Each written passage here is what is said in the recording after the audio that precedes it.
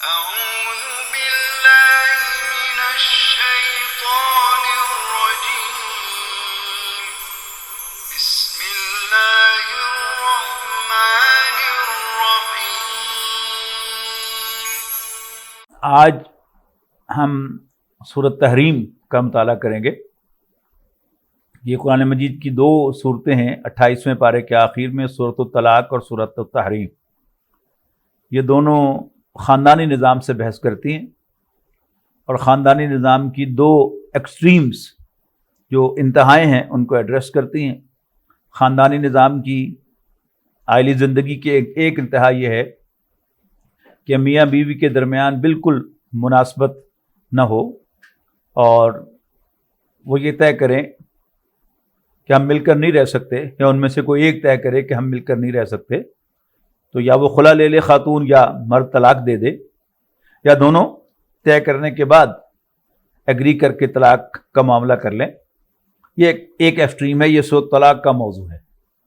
دوسری ایکسٹریم یہ ہے کہ میاں بیوی کے درمیان ضرورت سے زیادہ موافقت اور مطابقت پیدا ہو جائے اور وہ ایک دوسرے کے لیے اللہ تعالیٰ کی حدود کو کراس کرنے لگے۔ اللہ تعالیٰ کی حدود کو کراس کرنے کی بھی دو صورتیں ہو سکتی ہیں۔ ایک یہ کہ ایک دوسرے کو راضی کرنے کے لیے اللہ تعالیٰ کی حرام کردہ چیزوں کو حلال کر لیا جائے، اور دوسری یہ کہ اللہ تعالیٰ کی حلال، کیونکہ وہ چیزیں مباح ہوتی ہیں، بنیادی طور پر جائز ہوتی ہیں، ان میں سے کوئی چیز جو ہے جیسے نماز، روزہ، حج، زکوٰۃ فرض ہیں، ایسے فرض تو نہیں ہوتی، لیکن مباح ہوتی ہیں، جائز ہوتی ہیں۔ لیکن ان مباح چیزوں کو بھی اپنے اوپر حرام کر دینا کہ میں I will never do it، میں کبھی نہیں کھاؤں گا، کبھی نہیں پیوں گا، ایسا کبھی نہیں کروں گا، یہ بھی جائز نہیں ہے، اللہ تعالیٰ کی حدود سے تجاوز ہے۔ سورۃ تحریم میں یہ ایکسٹریم جو ہے اس کو زیر بحث لایا گیا ہے۔ اس میں موضوع بنایا گیا ہے نبی اکرم صلی اللہ علیہ وسلم کی حیات طیبہ کے ایک خاص معاملے کو۔ ہم مطالعہ شروع کرتے ہیں۔ اعوذ باللہ من الشیطان الرجیم، بسم اللہ الرحمن الرحیم۔ یا ایہا النبی لم تحرم ما احل اللہ لک تبتغی مرضات ازواجک واللہ غفور رحیم۔ قد فرض اللہ لکم تحلۃ ایمانکم واللہ مولاکم وہو العلیم الحکیم۔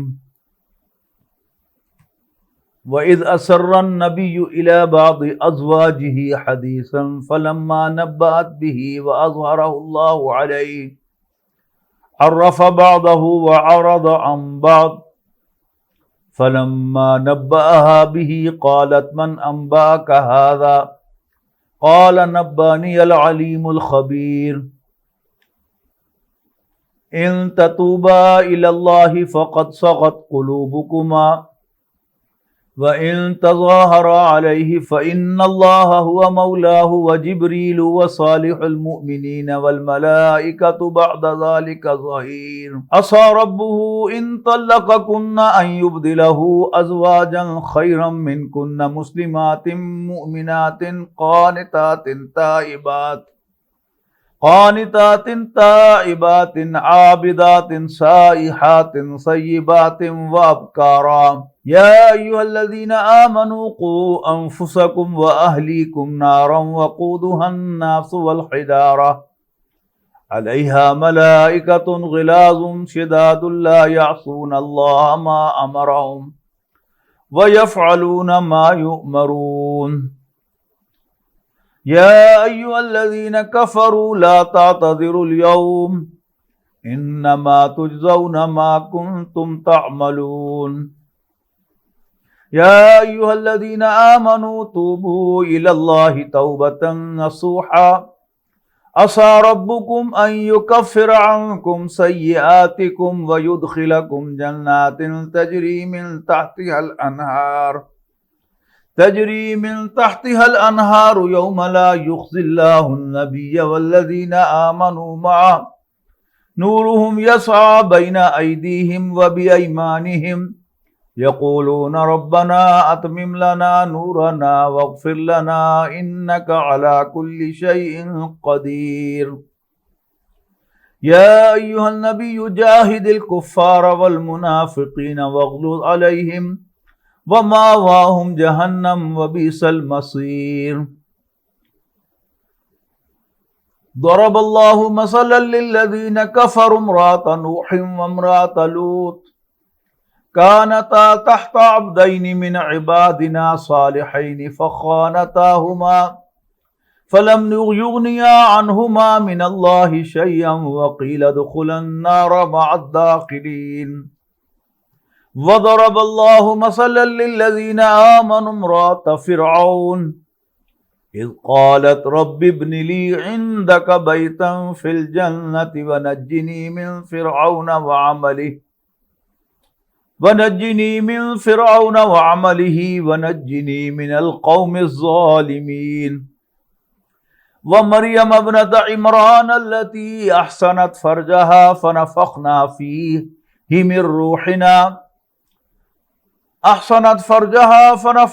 فيه من روحنا وصدقت بكلمات ربها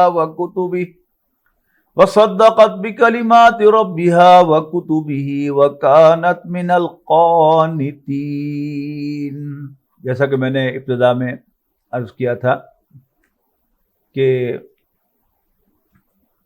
آئلی نظام کے اس پہلو کو بیان کرنے کے لیے کہ میاں بیوی کے درمیان اتنی محبت، الفت اور مطابقت اور موافقت پیدا ہو جائے کہ وہ ایک دوسرے کے لیے اللہ تعالیٰ کی حدود کو پھلانگنے لگے، نبی اکرم صلی اللہ علیہ وسلم کی آئلی زندگی کے ایک واقعے کو بنیاد بنایا گیا ہے۔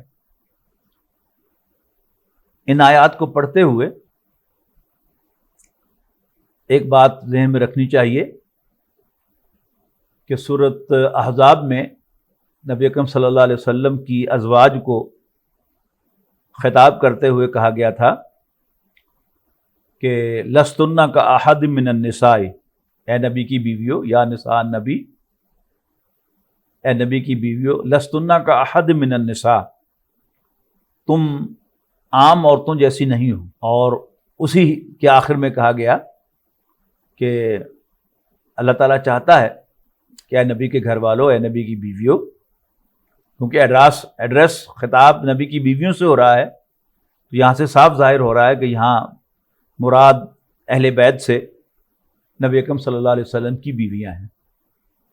یہاں یہ بات سمجھ لینی چاہیے کہ ہر زبان کا ایک اپنا محاورہ ہوتا ہے۔ انگلش میں آرمی از کمنگ سنگولر استعمال ہوتا ہے، اور پولیس آر کمنگ یہ پلورل استعمال ہوتا ہے۔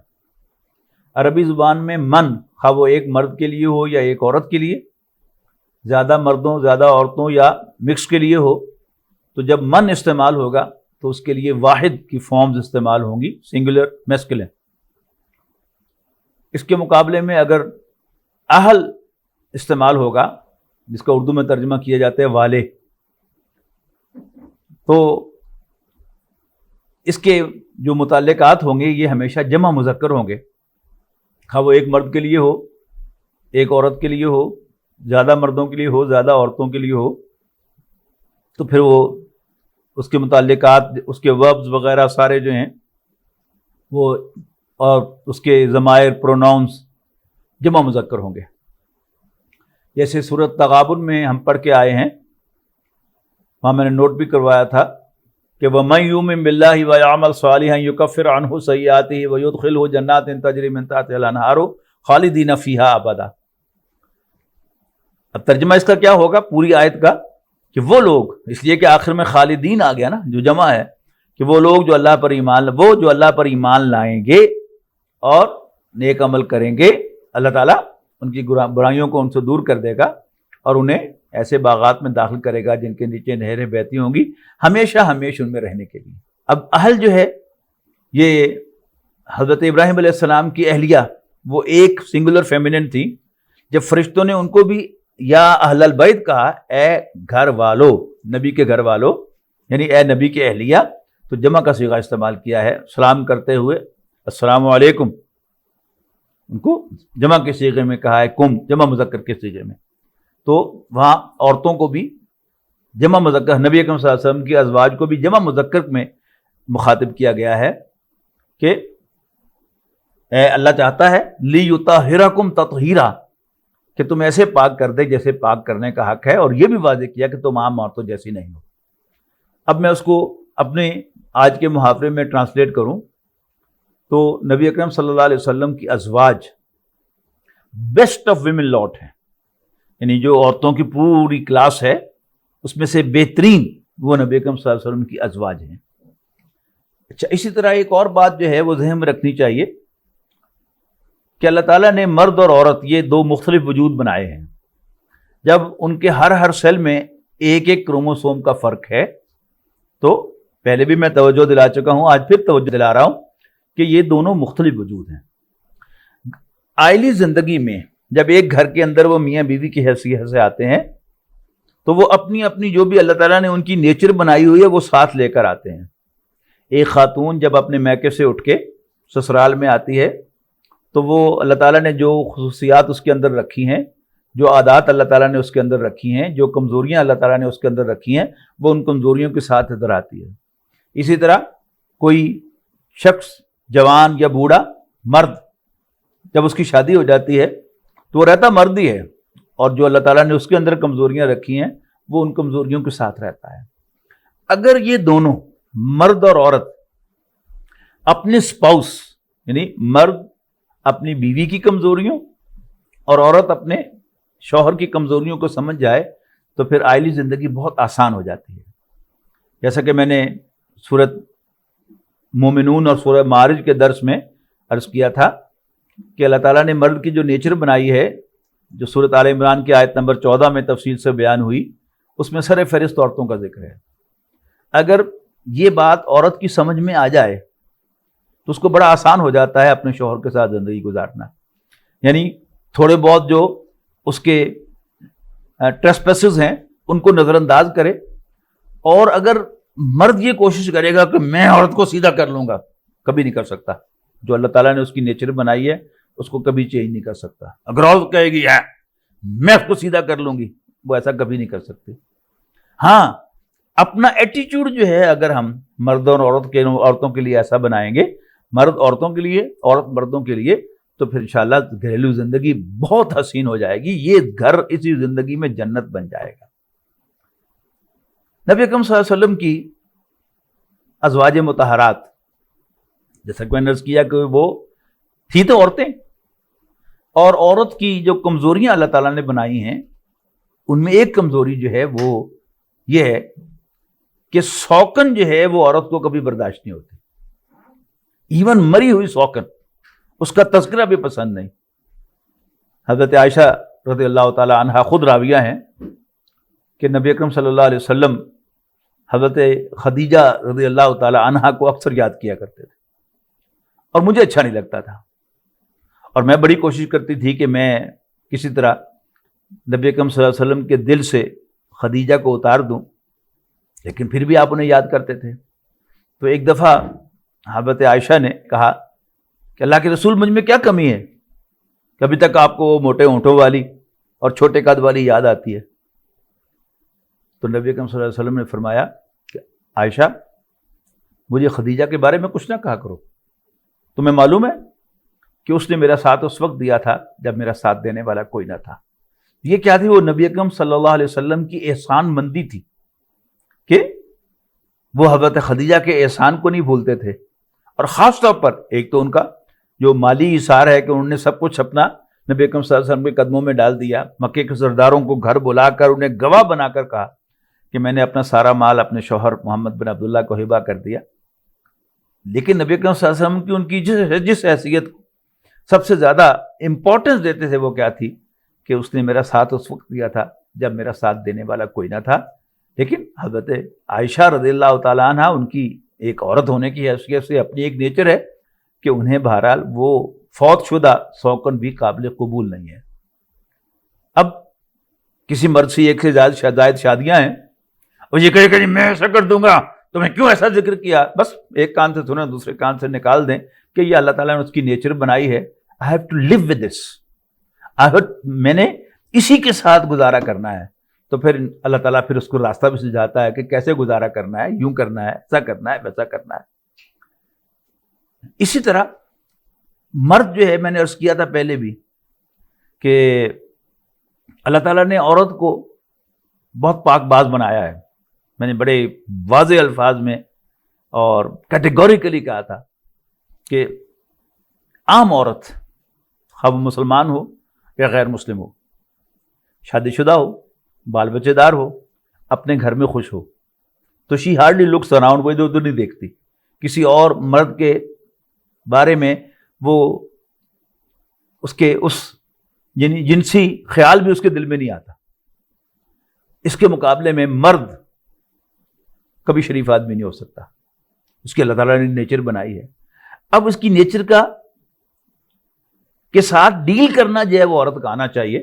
نبی اکرم صلی اللہ علیہ وسلم نے اس کا بھی طریقہ بتایا ہے. ایک حدیث ہے جس میں نبی اکرم صلی اللہ علیہ وسلم، حضرت عائشہ سے روایت ہے اس کی، کہ نبی اکرم صلی اللہ علیہ وسلم نے فرمایا کہ من علامات المرأۃ الصالحۃ ثلاث، نیک عورت کی 3 نشانیاں ہیں. بڑی عجیب حدیث ہے، یہ نوٹ کیجیے گا.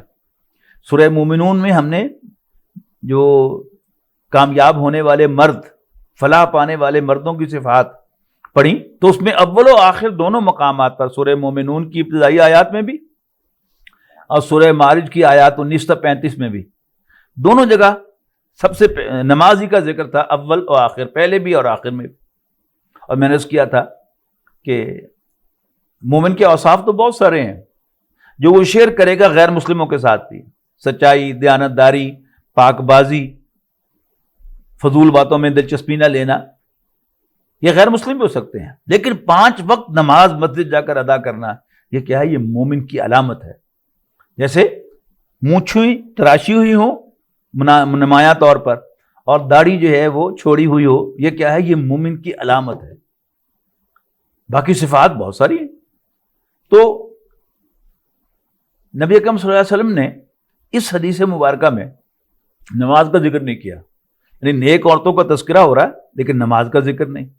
اسی طرح قرآن مجید میں سورۃ النساء میں الرجال قوامون علی النساء، مرد عورتوں پر ایڈمنسٹریٹرز، مینیجرز، انچارج مقرر کیے گئے ہیں. فالصالحات، پس نیک عورتیں وہ ہیں، قانتات حافظات للغیب، کہ پس نیک عورتیں وہ ہیں جو اپنے شوہروں کی فرما بردار اور ان کی عدم موجودگی میں ان کی امانت کی حفاظت کرنے والی ہیں. اس حدیث میں نبی اکرم صلی اللہ علیہ وسلم نے ایک بڑا خوبصورت اضافہ فرمایا ہے ایک چیز کا، اس کو نمبر 1 پر لا کے، من علامات المرأۃ الصالحۃ ثلاث اذا نظر علیہا زوجہا ضحکت وسرت، کہ جب اس کے شوہر کی اس پر نظر پڑے. پہلی علامت کیا ہے؟ کہ جب اس کے شوہر کی اس پر نظر پڑے تو وہ اسمائل پاس کر کے اس کو خوش کرے. اور یہ بڑی اہم بات ہے. ہماری بہت سی خواتین، اللہ انہیں خوش رکھے، وہ ہر ایک سے بڑا چیئرفلی مل رہی ہوں گی. ہر شخص ان کی تعریف کرے گا کہ جی فلاں جی وہ بہت اچھی خاتون ہے، بڑی بااخلاق ہے. یعنی سب سے چیئرفلی ملے گی، اپنے شوہر کو کاٹنے کو دوڑے گی. اس کا نتیجہ کیا نکلے گا؟ کہ اس کے شوہر کو ہر وہ عورت کے جو اس کو اسمائل کرتے ہوئے گریٹ کر رہی ہے، مل رہی ہے، بڑی اچھی طرح سے پیش آ رہی ہے، وہ عورت اس کو اچھی لگنا شروع ہو جائے گی. اور اس کی اپنی بیوی جو اس کے اخلاق کی، اس کے اچھے بیہیویئر کی سب سے زیادہ حقدار ہے، وہ اسے بری لگنا شروع ہو جائے گی. اور اس پر پھر جو کلائمیکس ہو جاتا ہے اس کا، کہ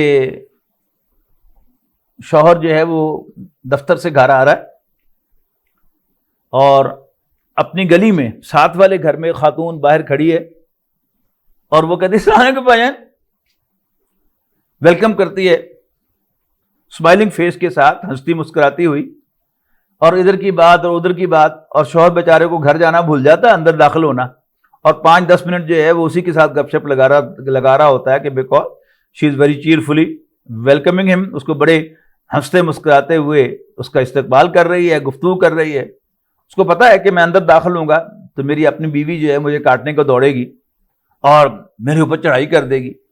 اور پھر اس میں آخری جو کیل ہے وہ ٹھونک دیتی ہے کہ جب شوہر گھر آتا ہے تو اس کی بیوی اس سے لڑتی ہے، اس کو اسمائل پاس کرنے کی بجائے اس کو تیوری پاس کرتی ہے، شاؤٹنگ پاس کرتی ہے، اس اسکولڈنگ پاس کرتی ہے. نتیجہ کیا نکلتا ہے کہ اسے اپنی بیوی اچھی نہیں لگتی, اور اس کے دفتر میں, بازار میں ہر دوسری عورت جو اس کو اسمائل کر کے ویلکم کر رہی ہوتی ہے وہ اسے اچھا لگنا شروع ہو جاتی ہے, اور آخری کیل اس میں ٹھونکتی ہے پھر وہ عورت کہ جو اس چیز کا فائدہ اٹھاتے ہوئے کہ یہ شخص, یہ میرا کولیگ, یہ میرا باس, یہ میرا سبارڈینیٹ, یہ گھر میں خوش نہیں ہے, وہ بیچ میں داخل ہو جائے تو پھر گھر تباہ ہو جاتا ہے. تو کمال کی بات کہی نبی اکرم صلی اللہ علیہ وسلم نے کہ اذا نظر علیہا زوجہا ضحکت وسرت ہو, کہ جب اس کے شوہر کی اس پر نظر پڑے تو وہ اسمائل پاس کر کے خوش کرے. اس میں پھر میں بات توجہ دلا دوں کہ وہ کسی دکان پر کوئی کتاب بک رہی تھی, سالے شوہر اور سالے بیوی, تو جو تمام خواتین خریدار تھیں انہوں نے سالے شوہر کتاب جو ہے وہ خریدی اپنے شوہر کا جائزہ لینے کے لیے کہ میرا شوہر صالح ہے کہ نہیں ہے, اور تمام مردوں نے صالح بیوی کتاب خریدی, یا اکثر نے, یہ دیکھنے کے لیے کہ میری بیوی جو ہے وہ نیک ہے کہ نہیں ہے. اپنے آپ کو انسان ٹھیک کرنے کی کوشش کرے کہ نبی اکرم صلی اللہ علیہ وسلم نے ایک صالح خاتون کی کیا تعریف کی ہے. یہ اس لیے نہیں میں سنا رہا آپ کو کہ آپ گھر جائیں آج اور بیوی پر چڑھائی کر دیں کہ نبی اکرم صلی اللہ علیہ وسلم آیا کہ تم اپنے شوہر کو اسمائل پیش کیا کرو. نہیں, یہ عورتوں کے لیے ہے کہ اس بات کو سمجھیں اور اپنی اس ذمہ داری کو پوری کریں اور نیک عورتوں میں شامل ہو جائیں. میں نے نماز کا تذکرہ کیا کہ اس میں نماز کا ذکر نہیں, اس سے یہ نہ سمجھیے گا کہ عورت پر نماز فرض نہیں ہے, بہت سی چیزیں فرض ہیں, لیکن سورہ مومنون اور سورہ معارج میں چند کا ذکر تھا, لیکن اول و آخر نماز کا تذکرہ تھا. مرد کو نماز معاف نہیں ہوتی, وہ مرتا مر جائے, اس کے سارے جسم میں سے خون بہ رہا ہو, خواہ بیماری کی وجہ سے بہ رہا ہو, لیکن پھر بھی نماز معاف نہیں ہوتی اس کو. اس کے لیے تیمم ہے, اس کے لیے رعایتیں ہیں, لیکن نماز معاف نہیں ہے. جبکہ عورت کو صحت کی بنیاد پر ایک خاص یعنی قسم کی بلیڈنگ ہو رہی ہوتی ہے جو اس کی صحت کی علامت ہے, لیکن اللہ تعالیٰ نے نماز پڑھنے سے منع کیا ہے, اللہ کے رسول نے منع کیا ہے. اس کو سمجھنا چاہیے کہ مرد کی سب سے اہم, سب سے بڑی نیکی نماز ہے, تو عورت کی سب سے بڑی نیکی جو ہے وہ اپنے شوہر کو اسمائل پاس کرنا, اس کا کہنا ماننا, اور اس کی امانت کی یعنی اپنی عفت و پاک بازی کی حفاظت کرنا ہے. تو عورتوں کی کمزوریوں کو سامنے رکھتے ہوئے ان آیات کو پڑھیں گے تو یہ آیات بہت واضح ہیں. اعوذ باللہ من الشیطان الرجیم, بسم اللہ الرحمن الرحیم. یا ایھا النبی لم تحرم ما احل اللہ لک تبتغی مرضات ازواجک, اے پیغمبر صلی اللہ علیہ وسلم کیوں حرام کرتے ہو اس کو جو اللہ نے آپ کے لیے حلال کیا ہے, جائز کیا ہے. تبتغی مرضات ازواجک, صرف اپنی بیویوں کو خوش کرنے کے لیے. واللہ غفور الرحیم, بے شک اللہ تعالیٰ بخشنے والا مہربان ہے. صحاح ستہ میں ایک واقعہ آیا ہے کہ نبی اکرم صلی اللہ علیہ وسلم کو شہد بہت مرغوب تھا, بہت پسند تھا.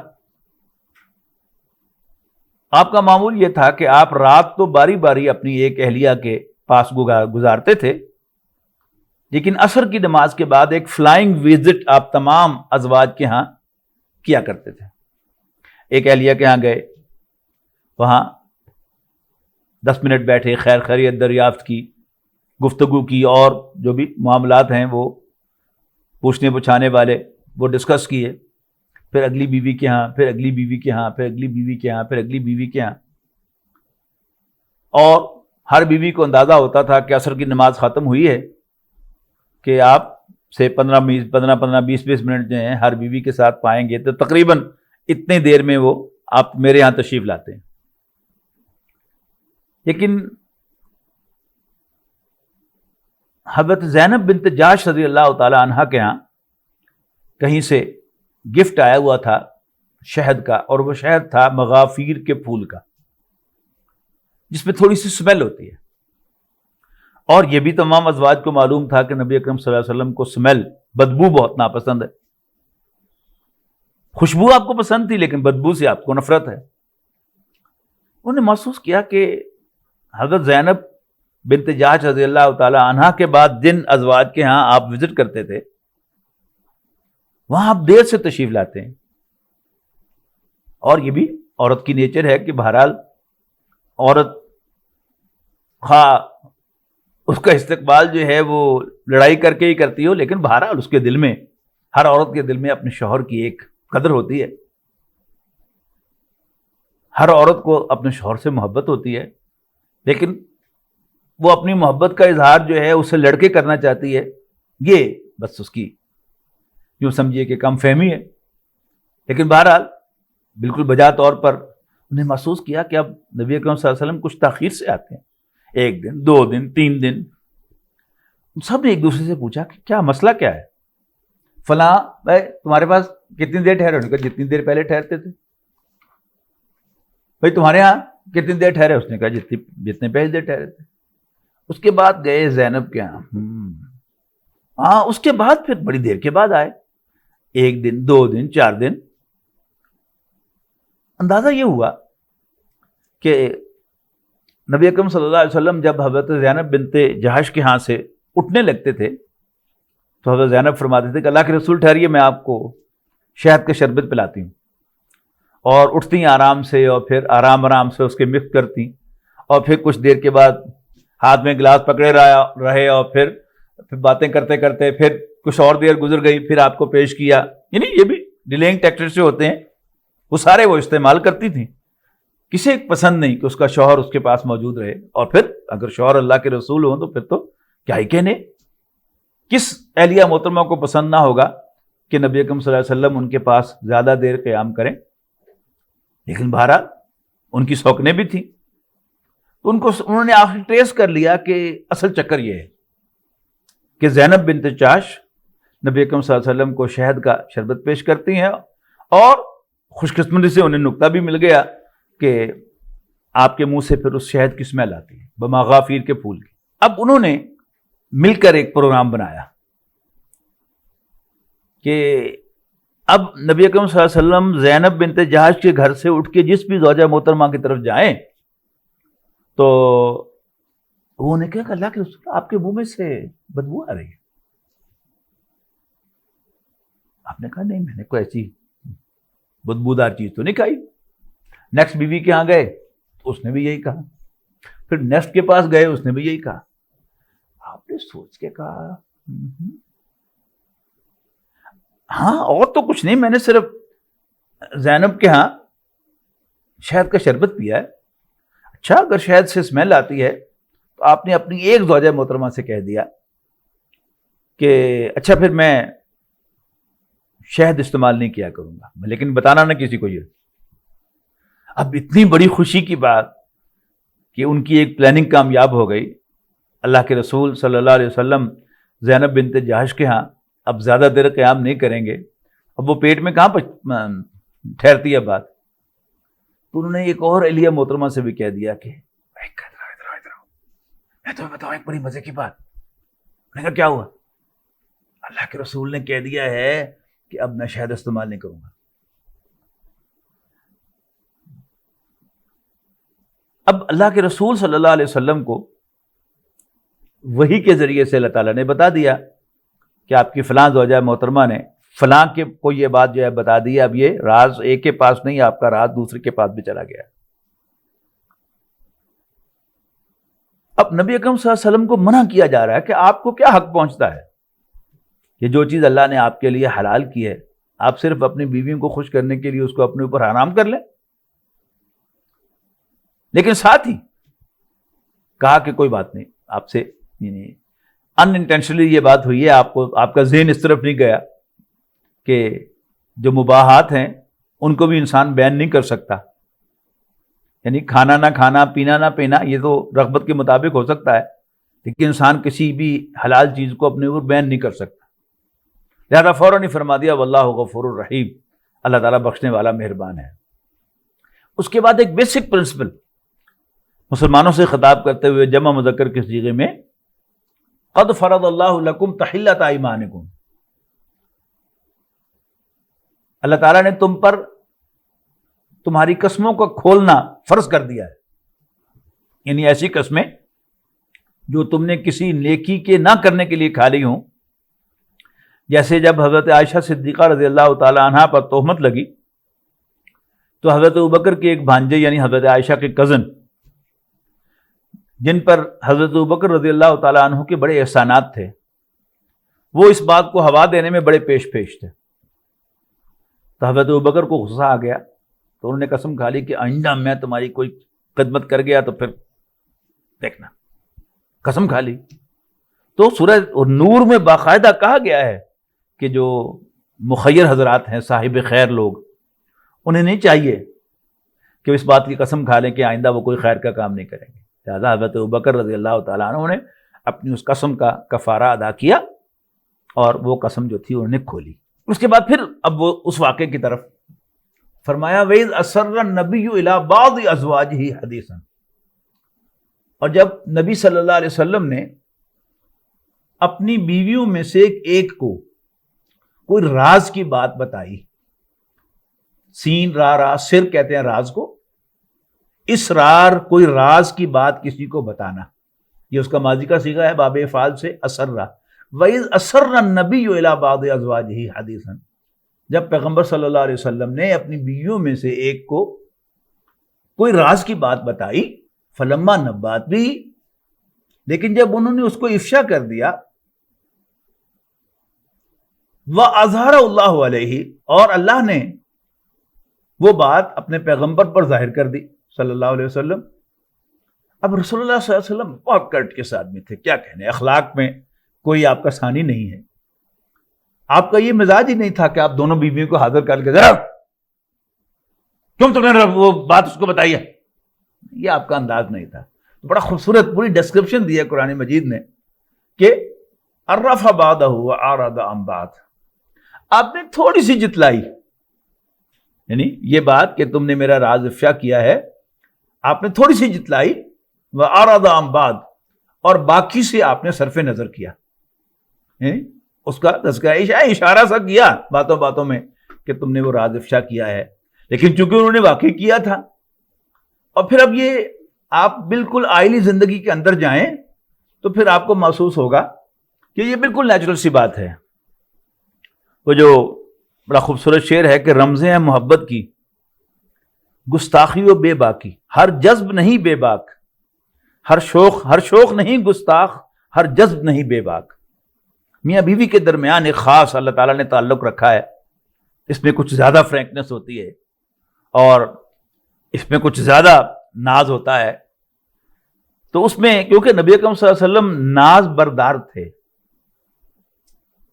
آپ اپنی گھر والیوں کو لفٹ کراتے تھے اور ان کے ناز و نخرے جو ہے وہ بھی نبی اکرم صلی اللہ علیہ وسلم برداشت کر لیتے تھے. لہذا اس میں پھر ایک انکریجمنٹ ملتی ہے کہ کوئی خاص مسئلہ نہیں ہے.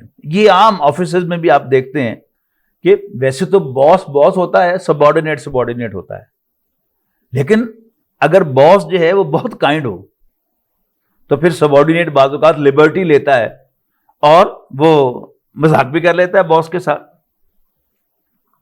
تو نبی اکرم صلی اللہ علیہ وسلم نے تھوڑی سی بات جتلائی تو اس پر فرمایا عرف بعضہ اعرض عن بعض فلما نبأہا بہ، لیکن جب نبی اکرم صلی اللہ علیہ وسلم نے انہیں وہ بات بتائی، اشارہ کیا، قالت، تو وہ کہنے لگی من نبأ کا آگا ایویں تنو کہنے کیا. اب اگر آپ اس کو صرف ایک درمیان میں ایویں لگا دیں اور تھوڑا سا ایک مسکراہٹ، ایویں تنو کہنے کیا، یہ بھی نہیں کہا کہ میں نے نہیں افشا کیا، میں نے بیات کسی کو نہیں بتائی، لیکن ایک خاص انداز میں یہ میاں بیوی کے درمیان جو ایک خاص قسم کی ایک محبت اور الفت کی کمیونیکیشن ہوتی ہے اس کو اپنے ذہن میں رکھے تو یہ کوئی اب نارمل واقعہ نہیں ہے.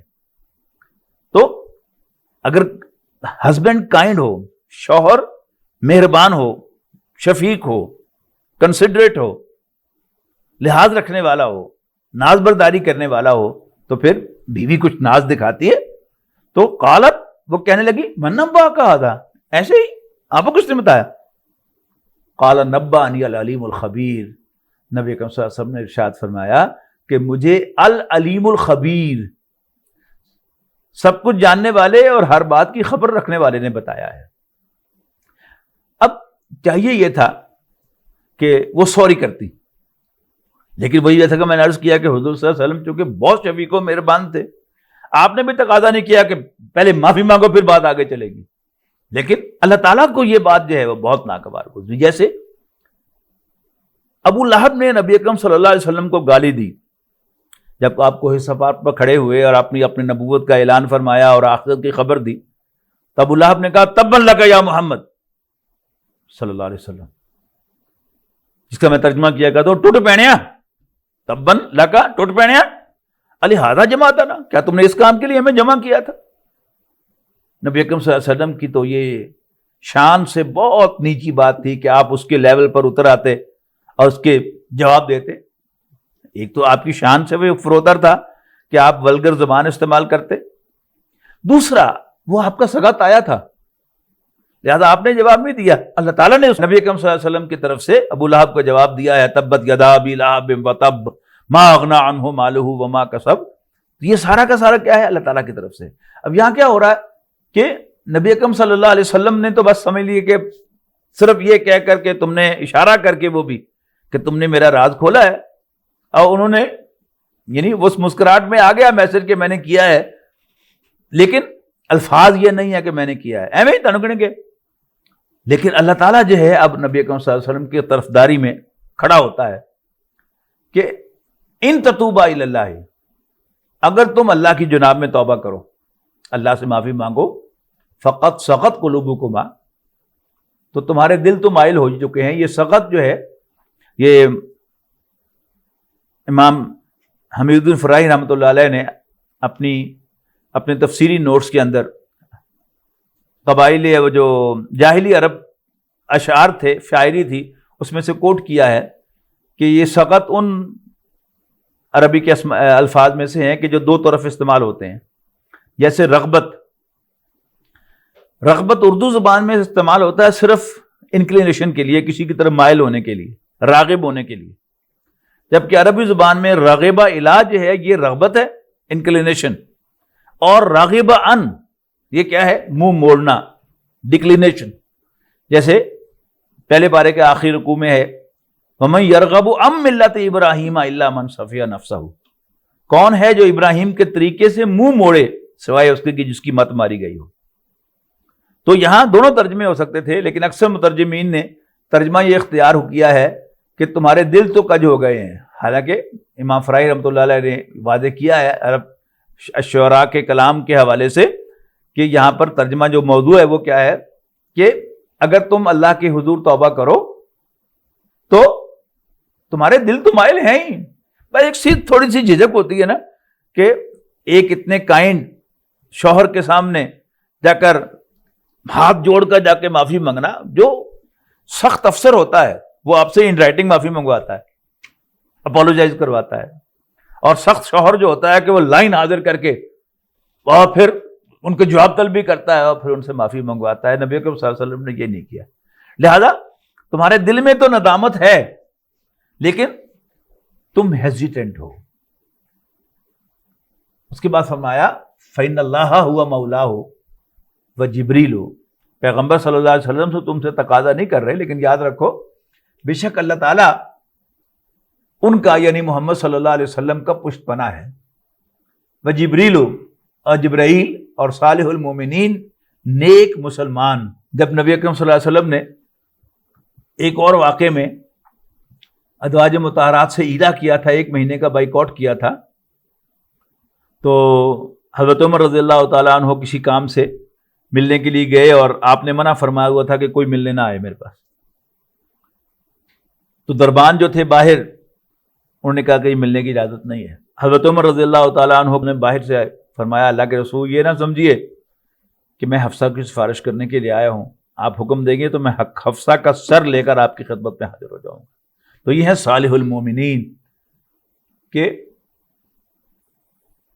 اگر تم اس کے خلاف جتھے بازی کرو گے میرے پیغمبر کے خلاف تو یاد رکھنا اللہ تعالیٰ اس کا پشت پناہ ہے، اور جبریل اور نیک مومن مسلمان، اور آن ٹاپ آف دیٹ والملائکۃ بعد ذلک ظہیر، فرشتے بھی ان کے علاوہ نبی اکرم صلی اللہ علیہ وسلم کے حامی پشت پناہ مددگار ہیں۔ یہ ان دو مقامات میں سے ہے، یہ دو آیات کہ جہاں نبی اکرم صلی اللہ علیہ وسلم کی ازواج کو یہ اعزاز بخشا گیا ہے کہ ان کو حاضر کے صیغے میں یوں کہہ کر مخاطب کیا گیا ہے، جبکہ قرآن مجید میں نبی صلی اللہ علیہ وسلم کی ازواج کے علاوہ عورتوں کو سیکنڈ پرسن میں یوں کہہ کر خطاب نہیں کیا گیا۔ سورۃ تحریم ہی کے، سورۃ احزاب ہی کے اندر کل ازواجک و بناتک و نساء المؤمنین، سورہ نور میں کل المؤمنات کل المؤمنین، لیکن سورہ احزاب میں بھی 21ویں 22ویں پارے کے جنکشن پر اور یہاں پر بھی ان دو آیات میں ازواج مطہرات کو شرف خطاب بخشا گیا ہے اللہ تعالیٰ کی طرف سے، یوں کہہ کر انہیں مخاطب کیا گیا ہے۔ اسی کو کنٹینیو کیا گیا کہ میرے پیغمبر نے تمہیں اپنی زوجیت کا شرف بخشا ہے، تمہارا نبی صلی اللہ علیہ وسلم پر کوئی احسان نہیں ہے۔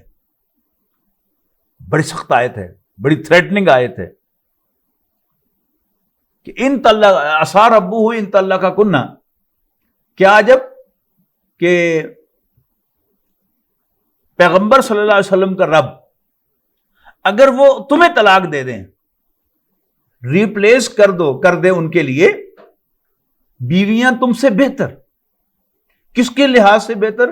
مسلمات بطور مسلمان، مومنات بطور مومن، قانتات بطور فرما بردار، اور سیبات تائبات توبہ کرنے والیاں، عابدات عبادت کرنے والیاں، سائحات روزہ رکھنے والیاں، سیبات و ابکارا، شوہر آشنا بھی اور کنواری بھی۔ کہ اگر ہمارا پیغمبر اے نبی کی بیویوں تمہیں طلاق دے دے تو ہمارے نبی کو کوئی کمی نہیں ہے، تھوڑ نہیں ہے۔ اللہ تعالیٰ کیا جب کہ اپنے پیغمبر کو عطا کر دے، اپنے پیغمبر کے لیے ریپلیس کر دے تم سے بہتر مسلمان، ایمان والیاں، فرما بردار، توبہ کرنے والیاں، عبادت گزار، روزہ رکھنے والیاں، جن میں سے سیبات شوہر آشنا بھی ہو سکتی ہیں اور کنواری بھی ہو سکتی ہیں، اللہ تعالیٰ کے پاس کمی نہیں ہے۔ اس کے بعد فرمایا یا ایھا الذین آمنوا قوا انفسکم واہلیکم نارا، اے ایمان والو بچاؤ اپنے آپ کو اور اپنے اہل و عیال کو، اپنے گھر والوں کو، نارن ایک ایسی آگ سے، وقودھا الناس والحجارہ جس کا ایندھن بنیں گے انسان اور پتھر، علیہا ملائکۃ غلاظ شداد لا یعصون اللہ ما امرہم ویفعلون ما یؤمرون۔ اس آگ پر وہ فرشتے مقرر ہیں، ملائکۃ غلاظ شداد، جو بڑے روڈ بھی ہیں اور بڑے سخت بھی ہیں۔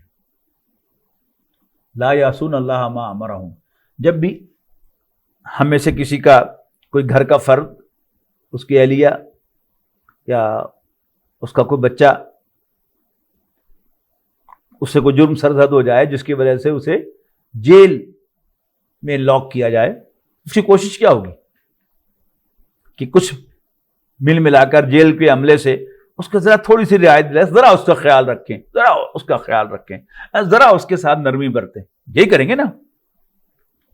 اور کبھی سفارش سے اور کبھی رشوت سے، کبھی ذرا ان کے ساتھ اچھے اخلاق سے ملاقات کر کے انہیں اس بات پر آمادہ کیا جا سکتا ہے۔ لیکن جہنم کے فرشتوں کے بارے میں یہ وضاحت کی جا رہی ہے کہ لا یعصون اللہ ما امرہم، جو حکم بھی اللہ تعالیٰ انہیں دے گا وہ اس کی نافرمانی نہیں کریں گے، وَيَفْعَلُونَ مَا يُؤْمَرُونَ، بلکہ وہی کچھ کریں گے جس کا انہیں حکم دیا جائے گا۔ یا ایھا الذین کفروا لا تعتذروا اليوم، جب قیامت کا دن ہوگا تو کہا جائے گا کافروں کو کہ آج معذرتیں پیش نہ کرو، بہانے مت بناؤ، انما تجزون ما کنتم تعملون، تمہیں تمہاری اپنی کرتوتوں ہی کی سزا مل رہی ہے۔ اس کے بعد ایک طویل آیت ہے جس میں مسلمانوں سے کہا گیا ہے کہ اللہ کی حضور توبہ کرو، یا ایھا الذین آمنوا توبوا الی اللہ توبۃ نصوحا، اے ایمان والو اللہ کی جناب میں توبہ کرو، ایک سچی توبہ، مخلص توبہ۔ توبہ پر انشاءاللہ ہم اگلی نشست میں تفصیل کے ساتھ گفتگو کریں گے، یہ ایک ہمارے دین کا بڑا اہم تھیم ہے، اس کو ہم سیپریٹلی انشاءاللہ نیکسٹ ٹائم ڈسکس کریں گے۔ اب ہم چلتے ہیں اگلی آیت کی طرف، یا ایھا النبی جاہد الکفار والمنافقین واغلظ علیہم، اے پیغمبر صلی اللہ علیہ وسلم کافروں اور منافقوں کے ساتھ جہاد کیجیے، یعنی منافقین کے ساتھ جنگ تو نبی اکرم صلی اللہ علیہ وسلم کی سیرت میں نہیں ہے، لہذا اس سے ادر دین جنگ جو بھی جد و جہد مراد ہے وہی لی جائے گی، جنگ مراد نہیں لی جائے گی۔ اور مزید فرمایا وَغْلُظْ عَلَيْهِمْ، ان کے ساتھ سختی کیجیے، وَمَأْوَاهُمْ جہنم، ان کا ٹھکانہ آگ ہے، جہنم ہے، وَبِئْسَ الْمَصِيرُ، اور وہ بہت برا ٹھکانہ ہے۔ اس کے بعد ایک بڑا اہم مضمون اس سورت کے آخر میں آیا ہے، وہ مضمون یہ ہے کہ اگرچہ دنیاوی اعتبار سے ہم سب ایک دوسرے پر ڈیپینڈنٹ ہیں، ہر شخص ہر کام نہیں کر سکتا، کوئی کھیت میں ہل چلائے گا اور فصل بیجے گا، سبزیاں بیجے گا، باغ لگائے گا، پھل آئیں گے، کوئی کھڈی پہ بیٹھے گا، کپڑا دھاگا بنے گا، دھاگا بنائے گا، پھر کپڑا بنے گا۔ اسی طرح آپ زندگی کی دوسری ضروریات ہیں، کوئی ایک ضرورت کی شے بنا رہا ہوگا، کوئی دوسرا بنا رہا ہوگا، اور بارٹر سسٹم کے ساتھ تحت وہ ایکسچینج ہوں گی، اب کرنسی کے اگینسٹ ایکسچینج ہو جاتی ہے۔ کوئی ڈاکٹر ہے، کوئی انجینئر ہے، کوئی ڈینٹسٹ ہے، تو ہم سب ایک دوسرے کے محتاج ہیں۔ ایک کسان جو ہل چلاتا ہے اس نے بھی کپڑا پہننا ہے، اور جو کپڑا بنانے والا ہے اس نے بھی اناج کھانا ہے۔ اسی طرح آئلی زندگی میں مرد اور عورت ایک دوسرے پر ڈیپینڈنٹ ہیں، خاص طور پر ایک پہلو سے کہ کرنا چاہے تو گھر کے سارے کام مرد کر سکتا ہے، گھر کی صفائی بھی کر سکتا ہے، کھانا بھی پکا سکتا ہے، اور عورت بھی وہ کام کہ جو پہلے مردوں کے سمجھے جاتے تھے اب وہ سارے کام عورتیں کر رہی ہیں، ہوائی جہاز تک تو اڑا رہی ہیں، گاڑیاں چلا رہی ہیں، چارٹرڈ اکاؤنٹنٹس ہیں، اور اسی طرح بڑے بڑے ادارے چلا رہی ہیں، مینجمنٹ کا کام کر رہی ہیں۔ لیکن ایک پہلو سے وہ دونوں کیا ہیں، ایک دوسرے کا زوج ہیں، ایک دوسرے کی کمپلیمنٹری ہیں۔ نہ عورت تنہا اولاد پیدا کر سکتی ہے، نہ مرد تنہا اولاد پیدا کر سکتا ہے۔ ان دونوں کا ایک اسائنڈ رول ہے اللہ کے تعالیٰ کی طرف سے، جو مرد کا رول ہے وہ مرد ہی ادا کر سکتا ہے، اور جو عورت کا رول ہے وہ عورت ہی ادا کر سکتی ہے، وہ مرد ادا نہیں کر سکتا۔ مرد صرف باپ بن سکتا ہے، عورت صرف ماں بن سکتی ہے۔ لیکن یہ بہت بڑا لیکن جس کو سمجھنا چاہیے، اخروی اعتبار سے یہ دونوں انڈیپینڈنٹ ہیں۔ جیسے ہر شخص انڈیپینڈنٹ ہے، مل میں کام کرنے والا مزدور بھی اور مل کا مالک بھی، اور کھیت میں گھر چلانے والا کسان بھی اور زمیندار بھی، یہ سب کے سب کیا ہیں؟ یہ انسان ہیں، اور دنیا میں ایک دوسرے پر ڈیپینڈنٹ ہونے کے باوجود آخرت میں جب پیش ہوں گے کلہم آتی ہی یوم القیامت فردا، ان میں سے ہر شخص قیامت کے روز اللہ کے سامنے ایک فرد کی حیثیت سے ایز این انڈیویجول پیش ہوگا۔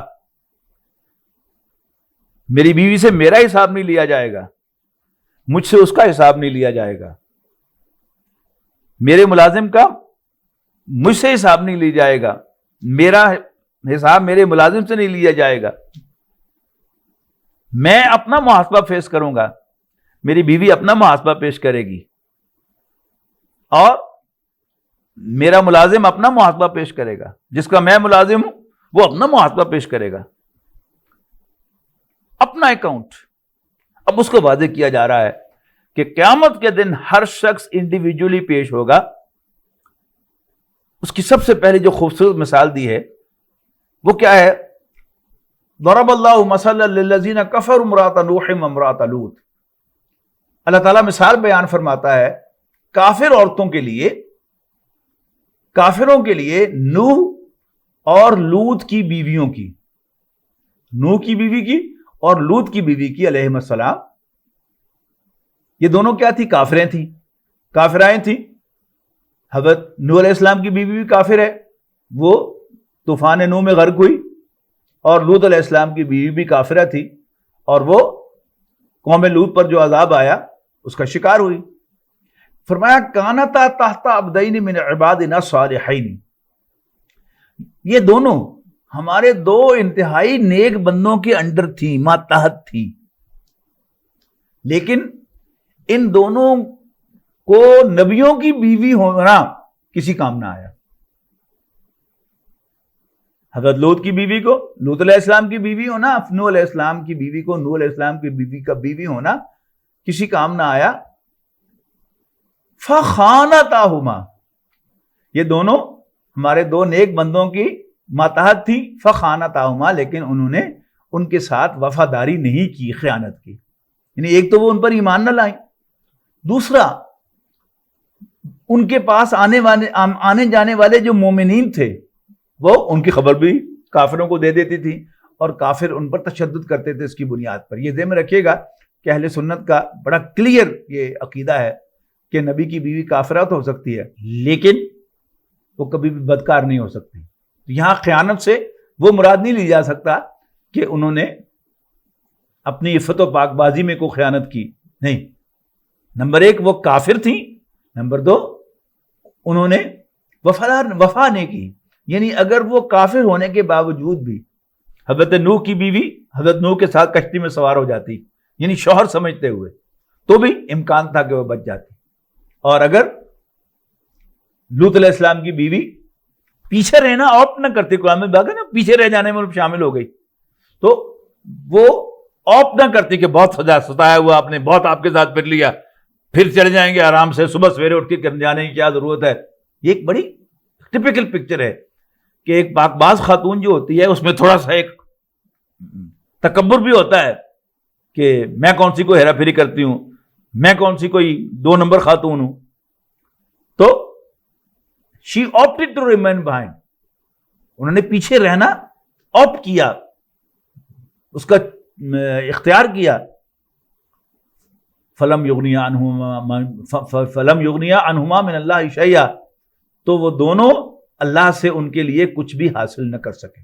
وقیل ادخلوا النار مع الداخلین، اور حکم ہوا کہ داخل ہو جاؤ جہنم میں عام داخل ہونے والوں کے ساتھ، کوئی A کلاس B کلاس نہیں ملے گی، اس لیے کہ اللہ کے نبیوں کی بیویاں ہیں. اس انجام کا بد سے اللہ تعالیٰ ہم سب کو بچائے، ہم سب کی گھر والیوں کو بھی بچائے، ہماری بیٹیوں کو، ہماری بہنوں کو، تمام مسلمان خواتین کو اس ایسے انجام سے بچائے. وَضَرَبَ اللَّهُ مَثَلًا لِلَّذِينَ آمَنُوا امْرَأَتَ فِرْعَوْنَ، اس کی بالکل برعکس مثال حضرت آسیہ سلام علیہا کی، کہ جو فرعون کی بیوی تھی. اللہ تعالیٰ مثال بیان فرماتا ہے مومن عورتوں کے لیے فرعون کی گھر والی کی.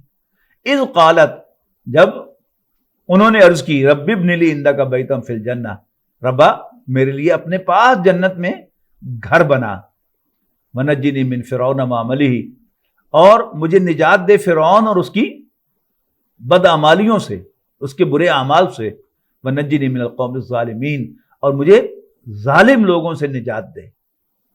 یہ دوسری ایکسٹریم ہو گئی کہ وہ فرعون وہ تو ڈکلیئرڈ کافر ہے، ڈکلیئرڈ جہنمی ہے، لیکن یہ اللہ کی بندی چونکہ فرعون کے گھر میں ہوتی ہوئی بھی حضرت موسیٰ علیہ السلام پر ایمان لائیں اور انہیں حضرت موسیٰ علیہ السلام پر تشدد سے روکا فرعون کو، تو اب وہ کیا ہے، وہ جنت میں جائیں گی. تیسری مثال جو ہے وہ ایک ایسی خاتون کی کہ جس کا گھرانہ بھی بہت نیک تھا. ویسے تو وہ غیر شادی شدہ تھی، لیکن وہ گھرانہ، جیسا کہ سورہ آل عمران میں ہم پڑھ کے آئے ہیں کہ ان کا والد بھی نیک آدمی، ان کی والدہ کے تو کیا ہی کہنے ہیں، قرآن مجید بڑی تعریف کر رہا ہے ان کی کہ وہ مریم ابنت عمران التی احسنت فرجہا. اور دوسری مثال اللہ تعالیٰ بیان فرماتا ہے مریم، عمران کی بیٹی مریم کی. یہ سورۃ آل عمران انہی کے نام پر ہے. بعض لوگوں نے عمران ایک اور آدمی کا نام جو ہے وہ ایزیوم کر کے اور پھر یہاں پر فٹ کر دیا ہے کہ یہ ان کا ذکر ہے، جبکہ آپ سورہ آل عمران پڑھ کر دیکھیے تو بالکل واضح ہے کہ عمران حضرت مریم کے والد تھے. اور یہاں پر واضح بھی کیا جا رہا ہے وَمَرْيَمَ ابْنَتَ عِمْرَانَ الَّتِي أَحْسَنَتْ فَرْجَهَا، اور عمران کی بیٹی مریم جس نے اپنی شرمگاہ کی حفاظت کی، فَنَفَخْنَا فِيهِ مِن رُوحِنَا، تو ہم نے اس میں اپنی روح میں سے پھونک دیا. روح اس کا کلمہ کن. وَصَدَّقَتْ بِكَلِمَاتِ رَبِّهَا، اور حضرت مریم نے اپنے رب کے کلمات کی، احکام کی تصدیق کی، ڈینائی نہیں کیا، خودکشی نہیں کی، ابورشن نہیں کرائی. کتنی ایک بڑی حیران کن بات تھی کہ کسی مرد کے ساتھ کانٹیکٹ میں آئے بغیر وہ حاملہ ہو گئی، پریگنٹ ہو گئی. یہ تو کہا انہوں نے کہ کنتو مت قبل ھذا، کاش میں اس سے پہلے مر چکی ہوتی، لیکن خودکشی نہیں کی، اپنے رب کے کلمات کی تصدیق کی. اللہ کا حکم ہے تو بس ٹھیک ہے. اور اس کی کتابوں کی، وَكَانَتْ مِنَ الْقَانِتِينَ، اور وہ اللہ تعالیٰ کے انتہائی فرمانبردار بندوں میں شامل ہو گئی. تو یہ مثال ہو گئی کہ گھرانہ بھی نیک اور خاتون بھی نیک، سونے پر سہاگا ہو گیا. اور اس میں چوتھی جو مثال تھی، جس کو سورت لہب کے اندر 30ویں پارے میں تبت یدا ابی لہب وتب، اس سورت کے آخر میں وامرأتہ، اور ابو لہب کی بیوی حمالۃ الحطب، جو ایندھن اٹھائے پھرتی ہے، اس کے گلے میں مونج کی رسی ہوگی اور وہ اس کے ساتھ گھسیٹی جائے گی جہنم کے اندر. تو وہ چوتھی مثال ہے، اس سے وہ مضمون جو ہے مکمل ہو جاتا ہے. تو یہ تھی سورۃ تحریم. اور اس میں جو بات میں نے کہی تھی وہ رہ گئی. میں نے کہا نا کہ مرد کی کمزوری ہے، اس کو ہینڈل کرنے کا طریقہ نبی کریم صلی اللہ علیہ وسلم نے بتا دیا کہ اس کی بجائے اس کے کوئی اور خاتون اس کو سمائلز پاس کرے اور اس کو اچھی لگے کہ میری ماننے والی خاتون، مسلمان خاتون، تو اپنے شوہر کو سمائل پاس کر، اس کا کہنا مان، اس کے ساتھ وفاداری اختیار کر. اور جو عورت کی کمزوریاں ہیں، جیسے یہی سوکن کا معاملہ میں نے عرض کر دیا، اسی طرح پہلے بھی میں نے آپ کو حدیث سنائی تھی کہ نبی اکرم صلی اللہ علیہ وسلم عید کی نماز پڑھا کر واپس آ رہے تھے تو خواتین کے انکلوجر کے پاس سے گزر ہوا تھا. آپ نے فرمایا عورتوں صدقہ دیا کرو، میں تمہیں جہنم میں جلتا ہوا دیکھ رہا ہوں. انہوں نے کہا اللہ کے رسول وہ کیوں؟ آپ نے فرمایا کہ تم بہت زبان دراز ہو اور ناشکریاں ہو. اللہ تعالیٰ نے ایک خاص مقصد کے تحت یہ کمزوریاں عورت کے اندر رکھی ہیں. مرد کا امتحان ہے اسی میں. نبی اکرم صلی اللہ علیہ وسلم پر یقین ہو کہ آپ اللہ کے رسول ہیں. دل ہی دل میں جب کوئی عورت ناشکری کا مظاہرہ کرے تو دل ہی دل میں کہنا چاہیے صدق رسول اللہ صلی اللہ علیہ وسلم، اللہ کے رسول نے سچ فرمایا تھا، واقعی ویسی ہے. اور کوئی عورت بولتی چلی جائے، زبان درازی کرے، تو بس نکل جائیں یہ کہتے ہوئے کہ صدق رسول اللہ صلی اللہ علیہ وسلم. اس سے پہلے کہ خود آپ کو غصہ آ جائے آپ وہاں سے چلے جائیں اور اس کو اگنور کریں. قرآن مجید میں اس کے لیے ہم سورہ تغابن میں پڑھ کے آئے ہیں وَإِن تَعْفُوا وَتَصْفَحُوا وَتَغْفِرُوا، یقیناً تمہاری بیویوں اور تمہاری اولاد میں سے کچھ تمہارے دشمن ہیں، ان سے ہوشیار رہو، اور اگر تم درگزر کرو گے، چشم پوشی کرو گے اور معاف کر دو گے فإن اللہ غفور رحیم، تو اللہ تعالیٰ بھی بخشنے والا مہربان ہے. اسی پہ اکتفا کرتے ہیں. آخر دعوانا ان الحمدللہ رب العالمین.